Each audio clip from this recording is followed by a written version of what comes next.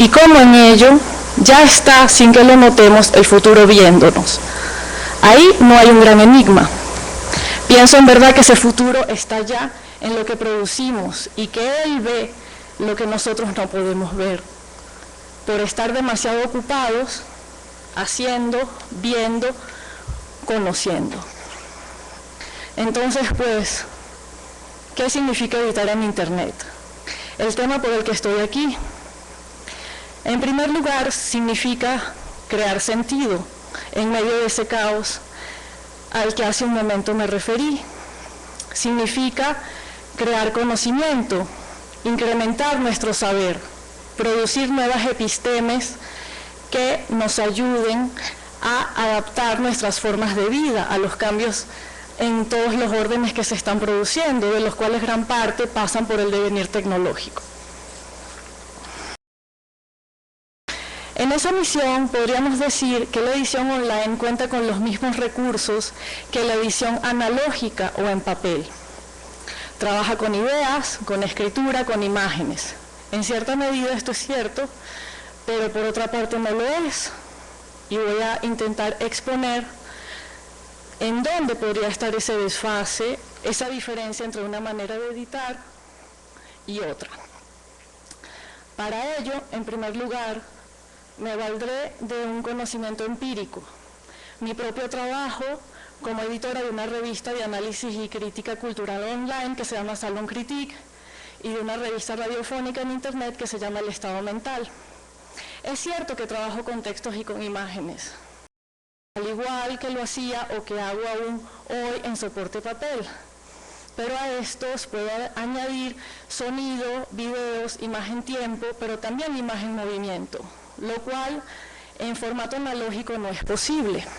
Pero es que además, al vivir en el mundo de las pantallas, esas imágenes, esos textos, podríamos decir que también han sufrido una mutación y que quizás, es lo que voy a atreverme a exponer aquí, pasan a convertirse en apariciones, en espectros. Además, esas nuevas producciones en los nuevos soportes se desenvuelven en un régimen escópico, que antes habría sido exclusivo para la imagen ligada a un soporte material y ahora ese régimen escópico pasa a la imagen electrónica. Ahora voy a explicar un poco qué es eso. Esta es una de las ideas centrales del libro de José Luis Brea, Cultura RAM, Mutaciones de la cultura en la era de su distribución electrónica, en donde aplica un análisis muy lúcido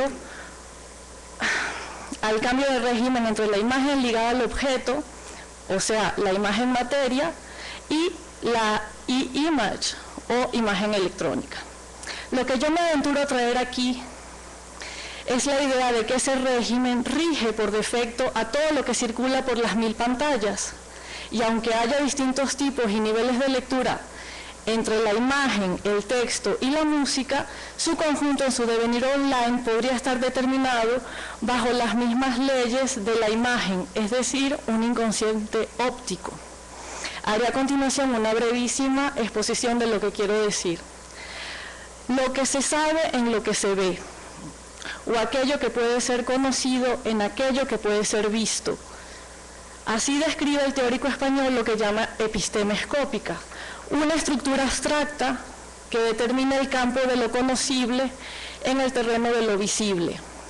Más adelante, cuando invierte la fórmula y la conecta con el inconsciente óptico de Benjamin para descubrir que hay algo en lo que vemos que no sabemos que vemos, o algo que conocemos en lo que vemos que no sabemos que conocemos, algo que la cámara fotográfica ve y que a nosotros se nos escapa, algo que no vemos y que no conocemos. Esta idea se amplía a un inconsciente óptico que cobra una enorme importancia en el arte de las vanguardias del siglo XX, en el que muchas de las estrategias artísticas fueron elucidar, descubrir qué era eso que se nos escapaba en la visión o en el conocer, ¿no? Y que aún hoy son efectivas para algunos artistas.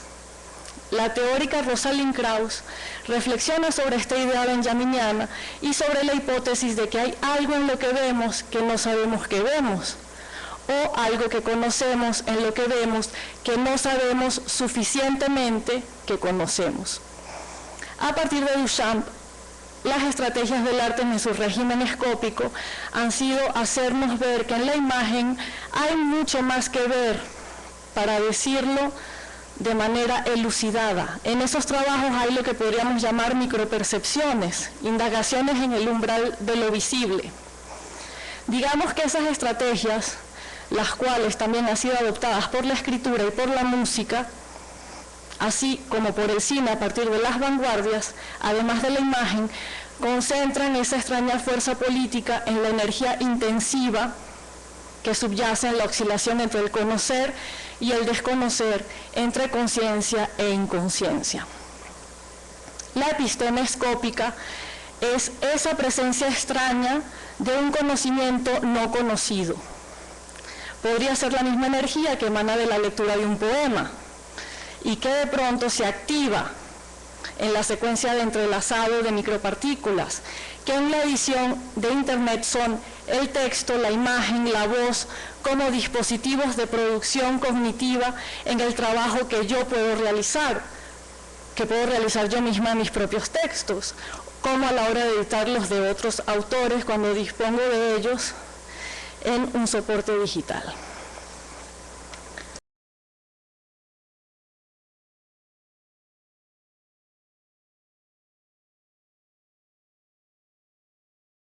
Dice Lyotard, intensidad, intensidad. He ahí una palabra ante la que todavía podría inclinarme. Esa energía concentrada, esa intensidad en la nueva producción simbólica que se concentra en la imagen, la escritura, la música, ese pensamiento interconectado, entrelazado, moviéndose en distintos sentidos al mismo tiempo, podría ser productivo. Incluso podría ser lo que Brea llama una episteme escópica, esas zonas que permanecen ocultas, puntos ciegos. No tenemos el espacio ni el tiempo aquí para ahondar en esto, pero sí es importante que por lo menos queden claros algunos aspectos de la organización técnico-cultural cognitiva de lo escópico. Y cómo intuyo que esto subyace en las nuevas producciones de la edición online, o cómo podría convertirse aquello en algo que tuviera sentido, al menos para mí. Al primero, tiene que ver con la memoria. Las nuevas imágenes, y cuando digo imágenes me atrevo a incluir todo aquello que comparece en la pantalla. Sé que es osado lo que les estoy proponiendo, pero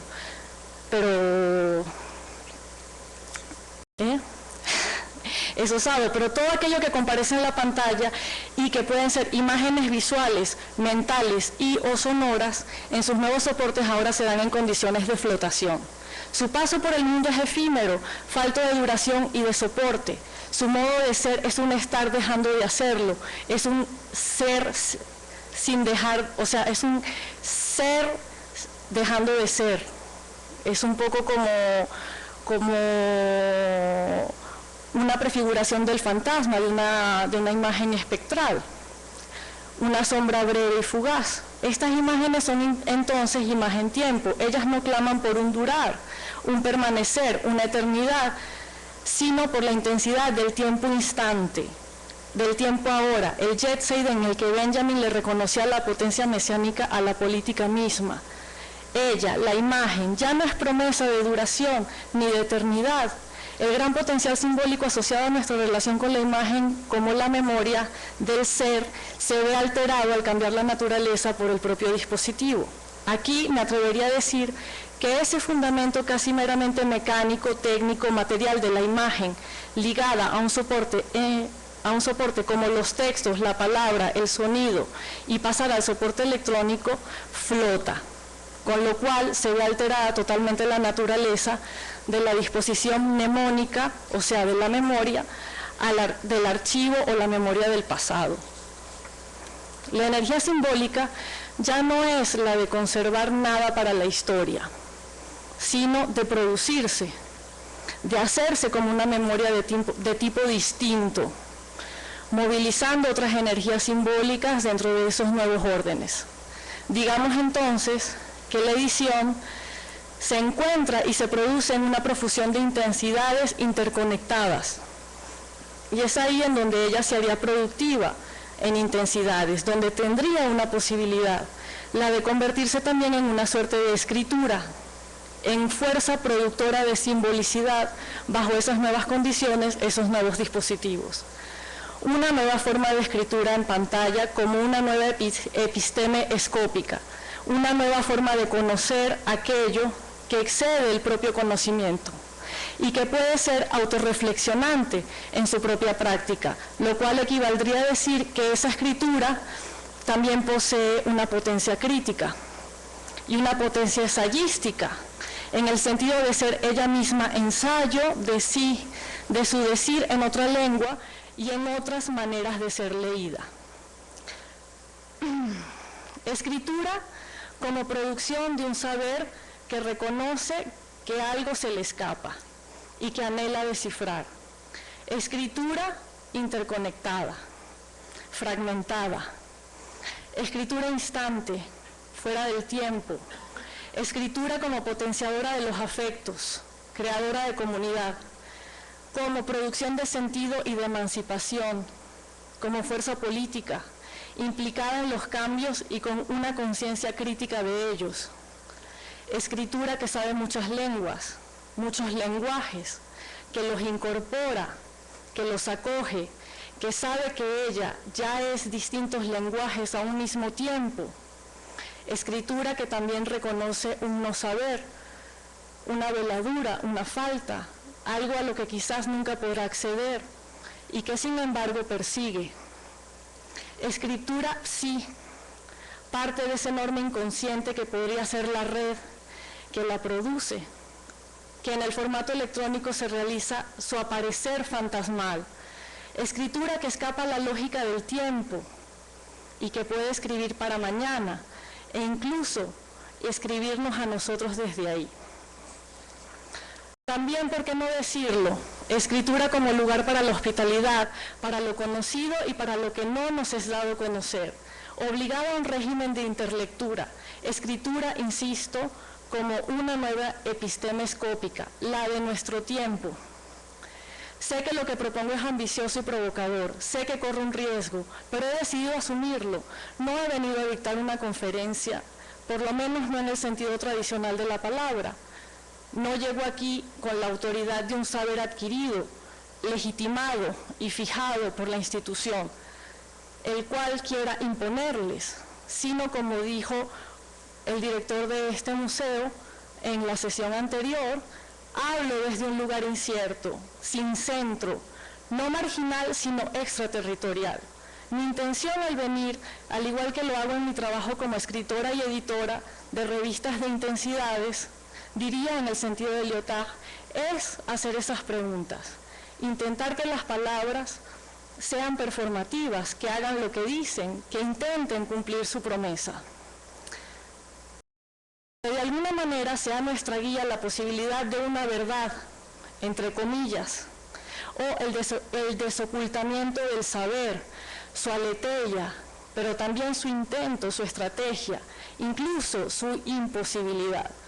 Creo que asumiendo ese compromiso de la escritura y la edición, que aquí llamaría político, es la única manera en que la escritura o el arte podrían producirse, o se producen ya desde el futuro que nos lee, tal como les he dicho antes, asumiéndose en su avance a ciegas, en el saber de algo que se nos escapa, de su incompletud, pero sin abandonarse a él, o poniéndole un trabajo, una reflexión, una distancia, un desfase temporal como el que intentamos aquí. No tenemos nada que perder haciéndolo. Nuestro estar en el mundo se sostiene a duras penas sobre un principio de incertidumbre. También a ello debemos adaptarnos. Debemos hacer fuerza de flaqueza. Nuestro lenguaje no es más el de la autoridad, no puede serlo.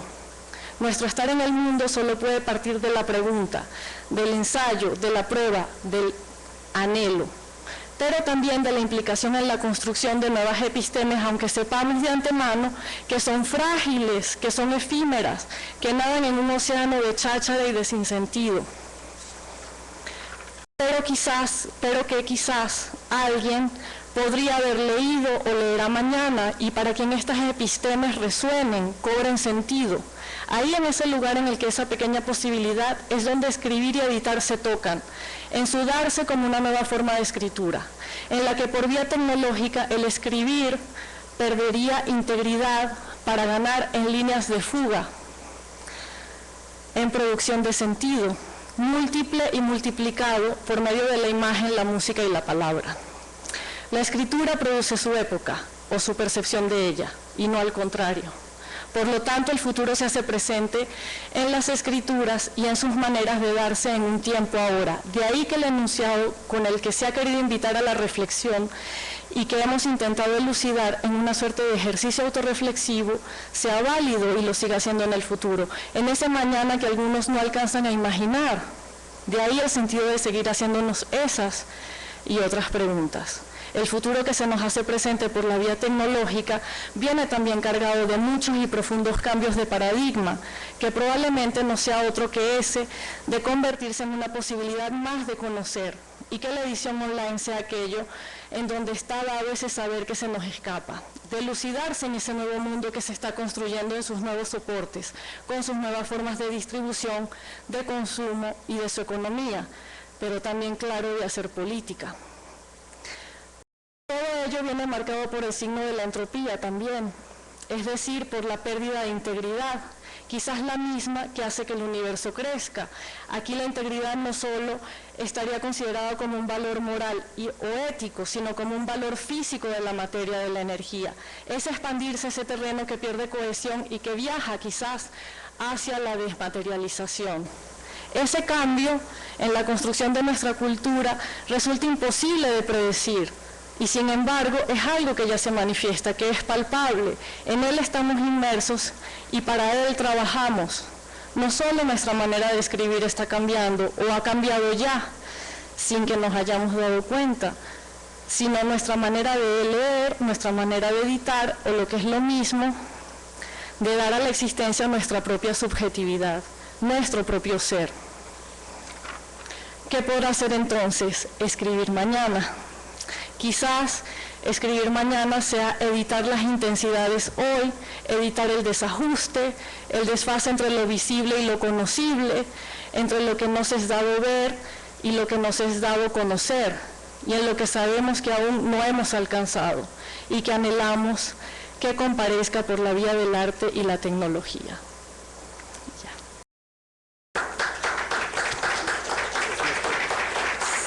Gracias. Bueno, yo quería mostrarles un ejemplo de lo que yo hago en internet como escritura y como edición. Sé que no van a poder leer el texto porque está en la pantalla, pero sí van a poder escuchar, ver la revista y un texto que si quieren después podrán leer, pero que tiene un archivo sonoro en donde más o menos yo hago esto de lo que he hablado aquí, que es hacer comparecer en la pantalla la imagen, el texto y el sonido. Entonces, aquí...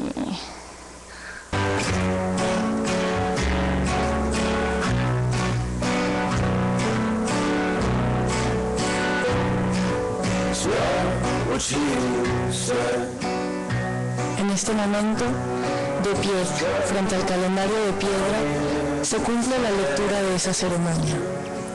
Hágase entonces, perdón, lo voy a repetir, para vosotros, una vez más, en el umbral de un... Y él dijo, hay rito por todas partes. Sin él, no habría sociedad, institución, historia. 1, 2, 3, 2, 2, 3.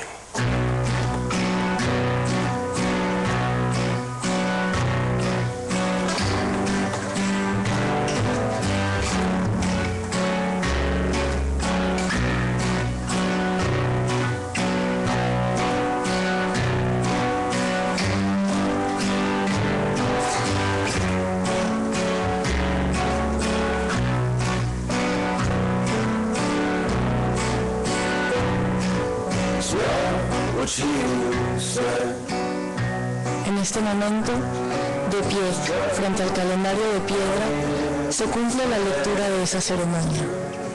Hágase entonces, ya que hablo para ustedes, para vosotros, una vez más, en el umbral de un infinito que podría iniciar aquí.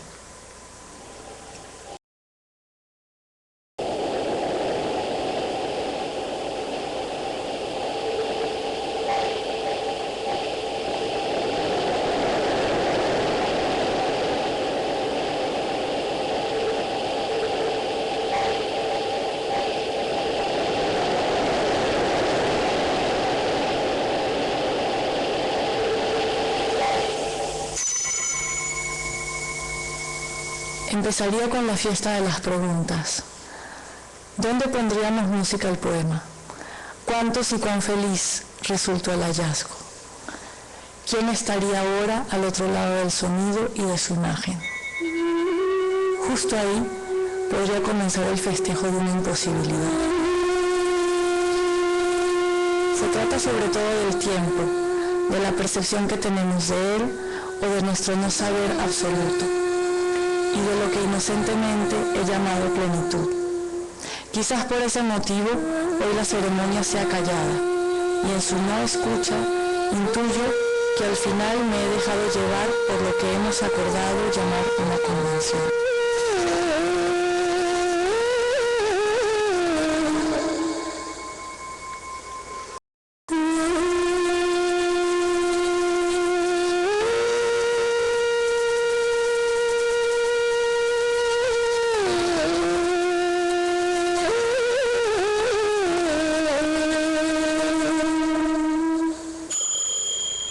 Justo ahí, en la conciencia de ese abismo, ante lo que supuestamente señalaría un fin, aparece mi amigo para recordarme algo.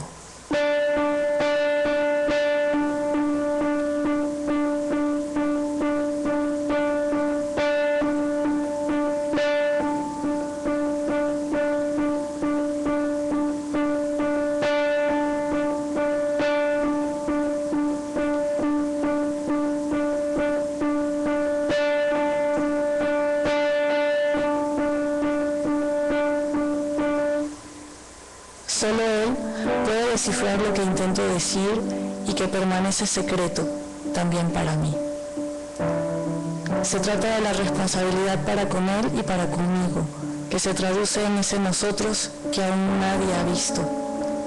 Se trata de una política de la amistad en la que se entrega la palabra como se entrega el corazón. Quizás se trata también de la tarea de nuestro tiempo.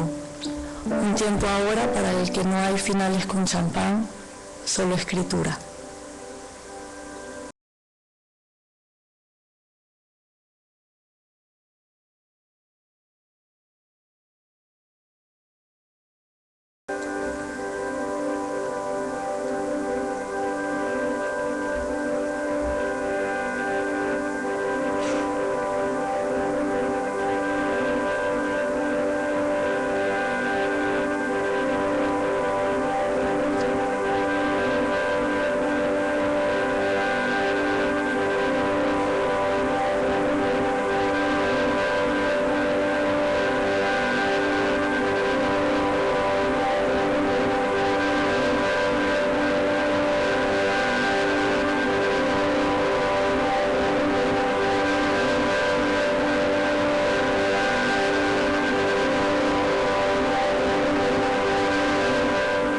En el umbral de esa nave espumosa, un deseo y una apuesta para el rito y esa herencia compartida con mi amigo, quien a pesar de los siglos y de la sangre derramada, cada sábado enciende velas y reza mientras piensa en mí, allá cerca de Almanací.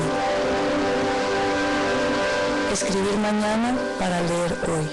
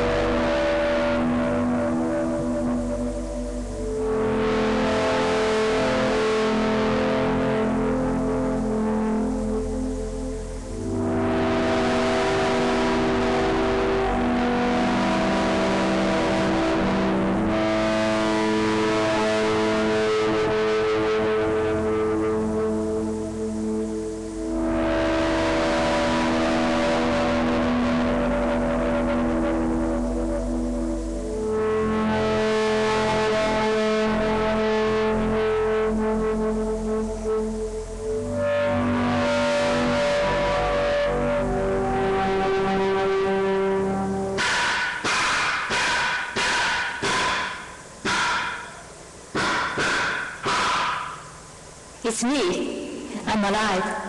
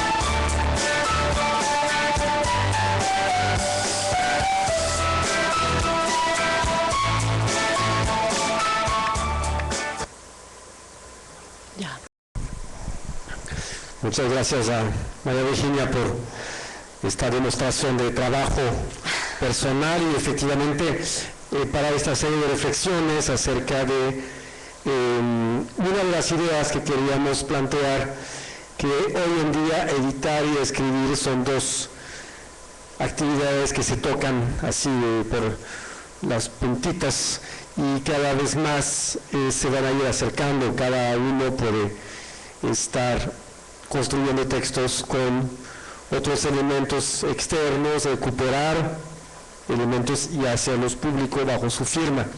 De la misma manera que pues, un curador en el campo del arte se ha vuelto un artista más finalmente. También me quedo con varias ideas que acabas de mencionar. Sí, quizás la escritura produce su época, es la que da cuenta de la época, es la que le da su alma y su espíritu. También quería hacerte la pregunta.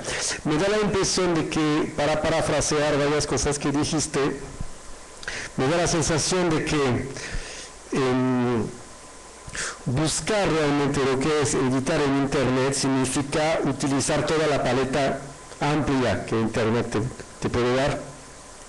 Y sería una forma de infidelidad, de no usar todos esos elementos. Si fuera nada más el ebook, o sea, la página ya en papel que tú escaneas y mandas, efectivamente sería un error capital. Da la impresión que tú estás cavando adentro de todas las posibilidades que da la edición en Internet para producir efectivamente una relación al texto muy distinta de lo que era la lectura más tradicional en soporte papel. Y efectivamente yo creo que es la respuesta un poco que podemos masticar acerca de la pregunta que quise hacerte, que significaba editar en Internet para ti. Y por lo que sentimos, pero es un poco fácil como conclusión, pero pues del potencial enorme que sentimos ahí y de cómo poco a poco se va a desarrollar, ¿no? Bueno, A ver, lo que yo creo es lo que decía un poco en mi charla, en esto que he traído aquí, es que escribir y editar en internet es un ensayo, y que cuando tú dices que claro, que uno se alimenta o que uno se nutre de todo lo que hay en la red, es cierto, porque la red ya se ha convertido como una extensión, es como cuando yo digo caos, se habló también como de un inconsciente, ahí circulan nuestros afectos, ahí circula nuestra vida social, ahí circulan las ideas, ahí circulan las noticias, ahí circula toda la producción simbólica de música, de cine, vídeos, de escritura. Entonces eso funciona, o sea, es imposible determinar, es enorme, es como el universo, o sea, es como el inconsciente, pero el inconsciente de todas las personas que habitan en el planeta, interconectados. Entonces yo creo que en ese sentido es en el que funciona como la materia productiva, como puede ser nuestro propio inconsciente, en donde hay miles de cosas que no sabemos, pero que aparecen a la hora de escribir, ¿no? También un tema que seguramente veremos en futuras sesiones que pude platicar para preparar el ciclo, es la escritura misma, el uso de la palabra tiende efectivamente a romper también las barreras adentro de las escrituras posibles, de esos géneros que ya hemos repetido tantas veces, que hay narradores, que hay poetas, que hay ensayistas, que hay dramaturgos, etcétera, y como un poco a la manera en la cual Maurice Blanchot lo pensaba, se están fusionando justamente con la escritura para, cuando se pone en contacto con otras disciplinas artísticas, como lo que acabamos de escuchar, que hay música, imagen, etcétera, la escritura va a estar quizás en un estado de fusión donde pues, los textos que acabas de leer, que tú misma redactaste, tienen que ver con el ensayo, con la poesía, con una narración, con una historia, casi también una puesta en escena dramática. Sí, claro, o sea, yo creo que parte de los cambios que está sufriendo, y que esto no empieza ahora, sino que empieza antes, con las vanguardias, también con el surrealismo, ahí también, o sea, esto no es algo nuevo, creemos que es algo nuevo, pero no es nada nuevo, o no es nuevo, es algo que ha venido ocurriendo en las disciplinas artísticas, que se han contaminado unas de otras, y que asimismo, como los géneros están en cuestión, en pregunta, los géneros también, hombre, mujer, o sea, todos los géneros están puestos en duda hoy en día, y en los géneros literarios, pues claro que hay toda una contaminación o una búsqueda de lenguajes para producir ese yo. Al final de cuentas, o sea, lo que estamos haciendo es producir yoicidad o producir subjetividad. Entonces, para valernos de esa producción de subjetividad, utilizamos todo lo que tenemos acceso, o sea, y claro que los géneros se contaminan unos de otros. Sí. Una de las preguntas que pudimos platicar un poco con Juan Villoro en la última sesión, y que va a ser una pregunta creo que recurrente, lo subrayaste al principio de tu texto. Efectivamente, escribir o editar son dos formas para tratar de darle forma al caos. O sea, son dos maneras de lidiar con el caos.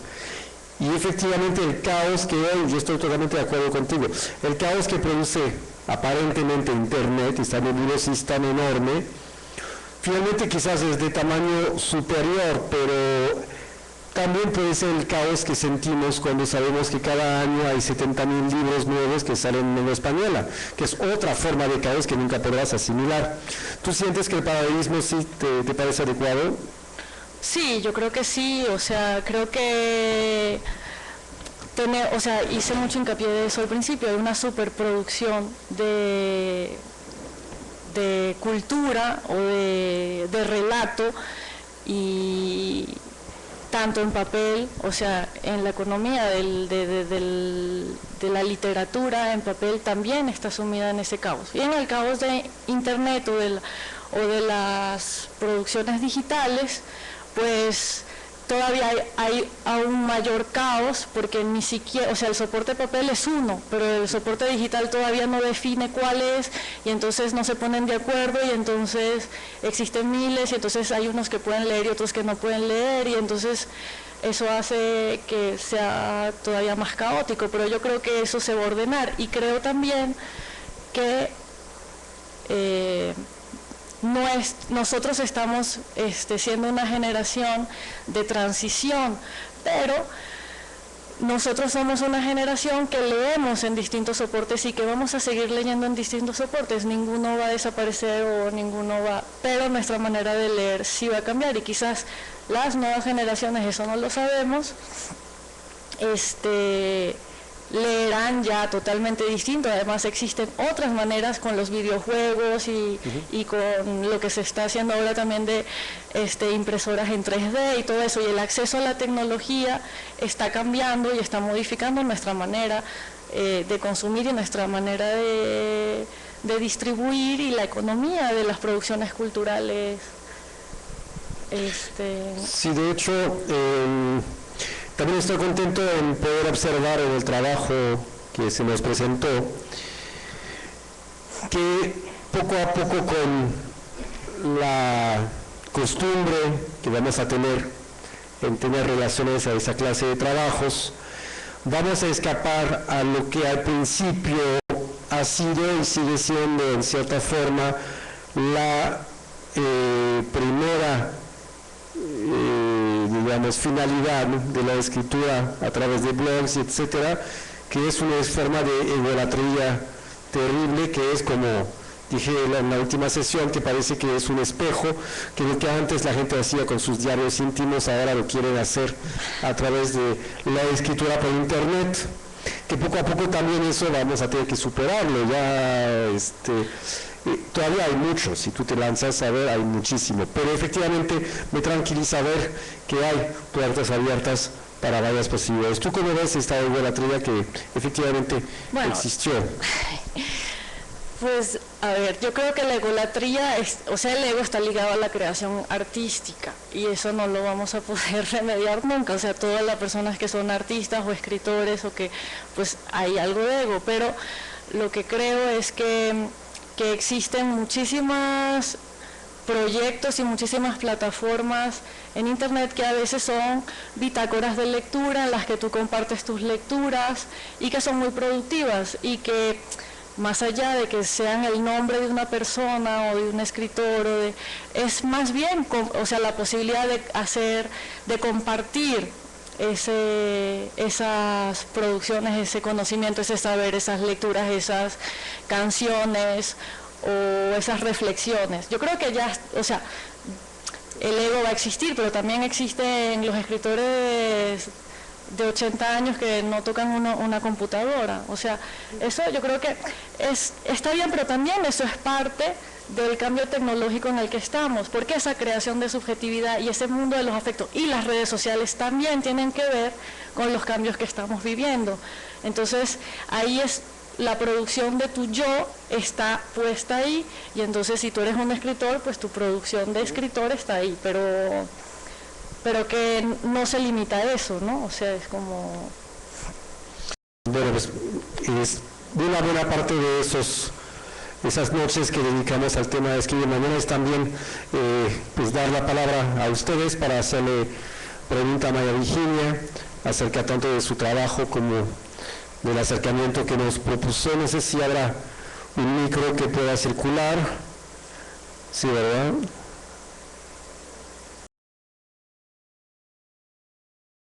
Y si hay luz para que los veamos, porque ahorita nos vemos, así están. Sí. Aquí hay una pregunta delante. Y aquí tenemos también un texto de Mario Velatín que publica un inédito el domingo.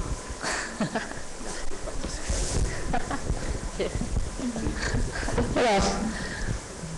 Oye, lo que decías... ¿Dónde estás? Hola. De la esporadicidad de las creaciones, porque pues no son textos, ¿no? Porque tienen ahí un mix de varias cosas. Lo que decías, o sea, lo que propones es que se aproveche ese carácter efímero de la creación en la web para que cause impacto, para que cause intensidad, y entonces, o sea, como que no me quedó muy bien claro cuál era como la propuesta ante esta característica de las creaciones en la web. Vale. A ver, gracias por tu pregunta. No, lo que yo quiero decir es que esas producciones ya son intensidades, que esas intensidades son las que se interconectan a la hora de editar en Internet, ¿ok? Es la intensidad de un mensaje en una imagen con una música o con un texto, como una palabra poética o una reflexión crítica. Digamos que ahí es como la coincidencia de varios lenguajes y que eso es así, o que existe esa posibilidad, pero en ningún momento se trata de decir que sea mejor o peor o que hay que aprovecharlo, sino que existe y pues esas son las herramientas con las que tú puedes editar y crear sentido, crear significado a una idea, darle un sentido y darle una forma, ¿no? Gracias.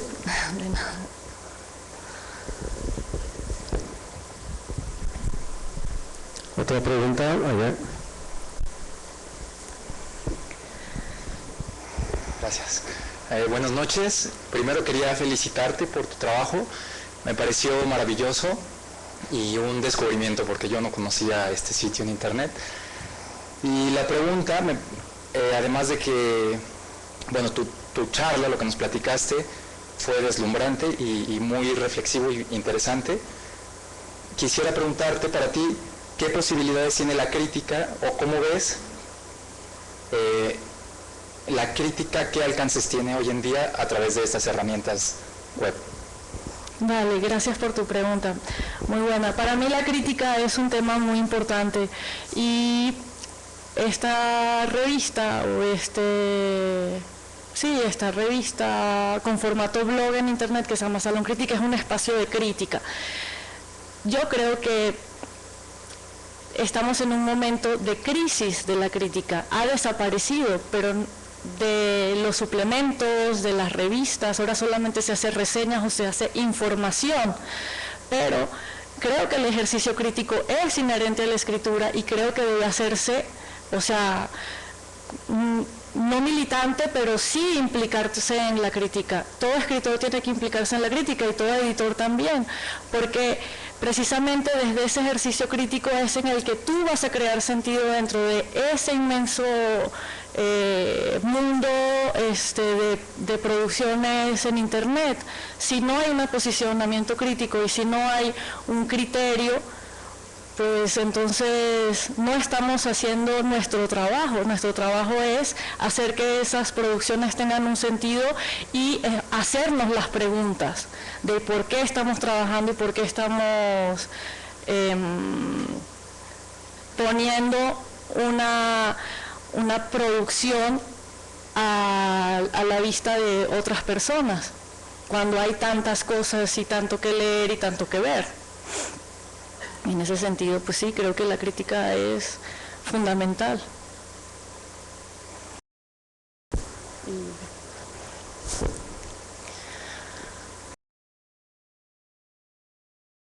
Muchas gracias. Pues muy buenas noches a todos y muchas gracias a ti y al señor Philippe. Yo estoy muy complacido porque a pesar de que no soy parte totalmente de la ciencia de la escritura, yo estudio Derecho, claro que como Weiss, Echenique, pues, muchos otros, ¿no? Me apasiona mucho esto. Yo quiero hablarte acerca de la política editorial. La política editorial que tú imaginas en un futuro donde ya estamos cerca de tener pantallas y plataformas digitales en cada una de nuestras casas, y que sin la esperanza de abolir la pobreza, es muy probable que las televisiones en algún futuro puedan tener estas nuevas plataformas de redes sociales, estos medios digitales con los que se nutre la lectura. No es estar esperando leer Crepúsculo con sonido y con imágenes, pero ¿tú crees que vamos a poder avanzar en la difusión cultural mediante la vanguardia de este panorama que tú presentas con imagen y sonido?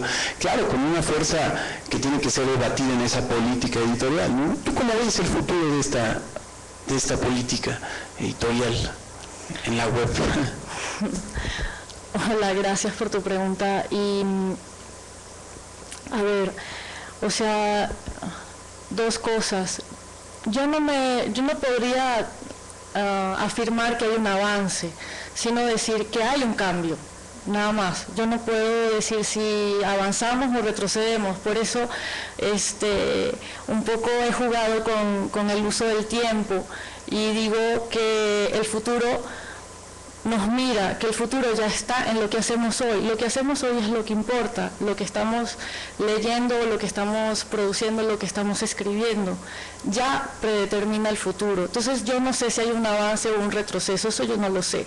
Y en cuanto a la política, para mí la política tiene que ver primero con una implicación crítica, o sea, con un asumir una posición, un posicionamiento, posicionarte. Para mí eso es hacer política. Y crear comunidad de lectores, comunidad de escritores, comunidad de gente que está pensando y comunidades de gente que quieren dar sentido a este mundo incierto, cambiante y un poco alocado, donde hay tantas tragedias y donde hay tantas traumas también, ¿no? Entonces eso para mí es la política, y la política tanto de la escritura como de la edición, eso es. Muchas gracias. Gracias.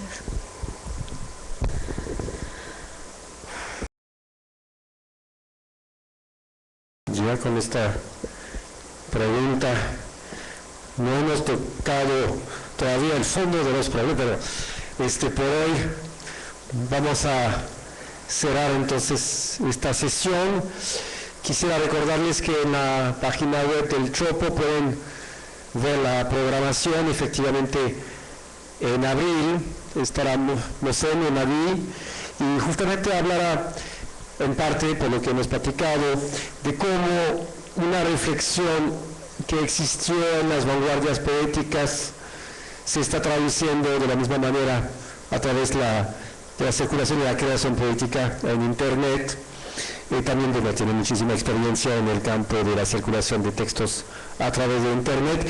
Y en mayo tendremos una sesión con el escritor Martín Solares, y él estará mucho más enfocado a la redacción, digamos, de narrativa contemporánea, a ver cómo, porque Escribe Mañana también es la idea de quizás también en lo que existe en el soporte papel, en los géneros literarios clásicos, todavía hay, por supuesto, mucha vida, y a ver cómo puede evolucionar, y más que todo cómo se puede representar el texto, cómo hay esquemas que se encuentran, maneras de construir los textos que van a ir evolucionando, pero que ya podemos percibir. Y así seguiremos todo el año tratando de dar elementos a ustedes acerca de qué va a significar escribir mañana.